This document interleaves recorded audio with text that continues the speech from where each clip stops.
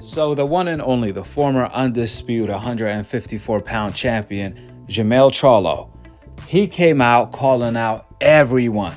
As one of them happened to be Boots, Jermell Charlo posted a picture of a lion chewing on Boots. Well, Jaron Ennis' team immediately responded by posting Boots stepping on a lion meme.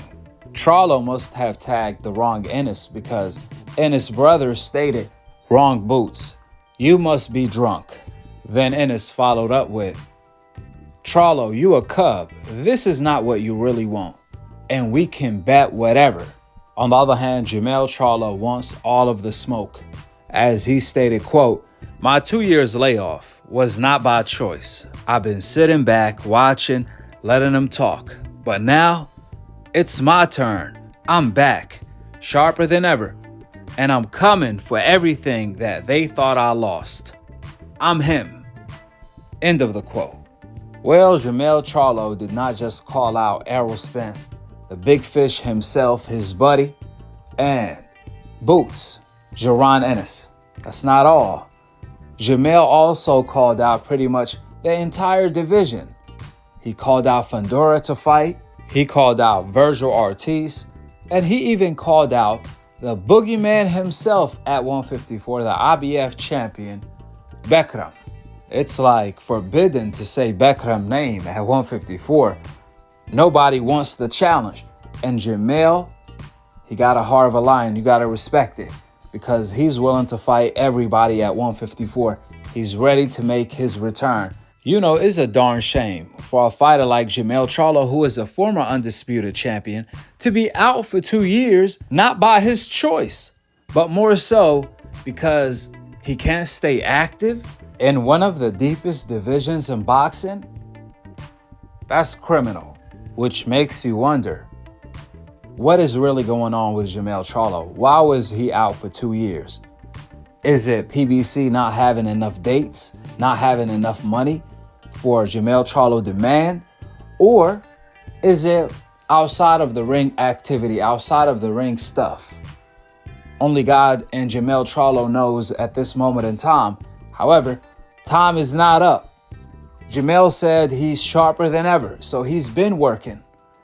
And for Jermell to return at 154 right now, that's the best thing he can do, actually. Because like I told you guys, when Jermell called out his buddy Errol Spence, I said the fight doesn't make sense because there's a lot of fishes in the sea. Why the hell Errol and Jermell got to fight right now? The timing doesn't make sense. But guess what? Jermell versus Jaron Ennis? Man, that's a banger. That's a fight I really want to see. Even Fundora, Jermell Charlo has unfinished business with him. Remember, Charlo did not lose his undisputed title at 154. He relinquished all of his titles, or they were taken from him because he moved up 2 weight divisions to fight Canelo. For the people that don't know, it's actually official.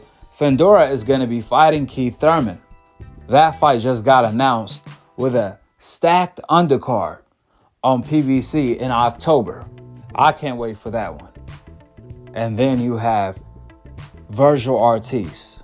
Can you imagine Charlo versus Vergil?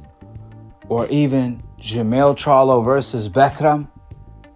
Man, any of these champions or contenders against Jermell Charlo right now at 154 is a banger. I forgot to mention, Jermell Charlo even called out Terence Crawford. However, that shit been passed. The right time was Crawford when he beat Spence for undisputed and Jermell was undisputed at 154. That was the time to make the fight. However, Jermell chose Canelo instead of Crawford, and he never was interested in Crawford all along, especially with Crawford getting the Canelo fight. He's not going to look at Jermell Charlo way anymore. With that being said, go ahead and drop your thoughts in the comment section below. Who do you guys want to see Jermell Charlo fight next? Subscribe below. And to be continued on the next episode of Akhi, Akhi TV. Peace out. Wa alaikum assalam wa rahmatullahi wa barakatuh.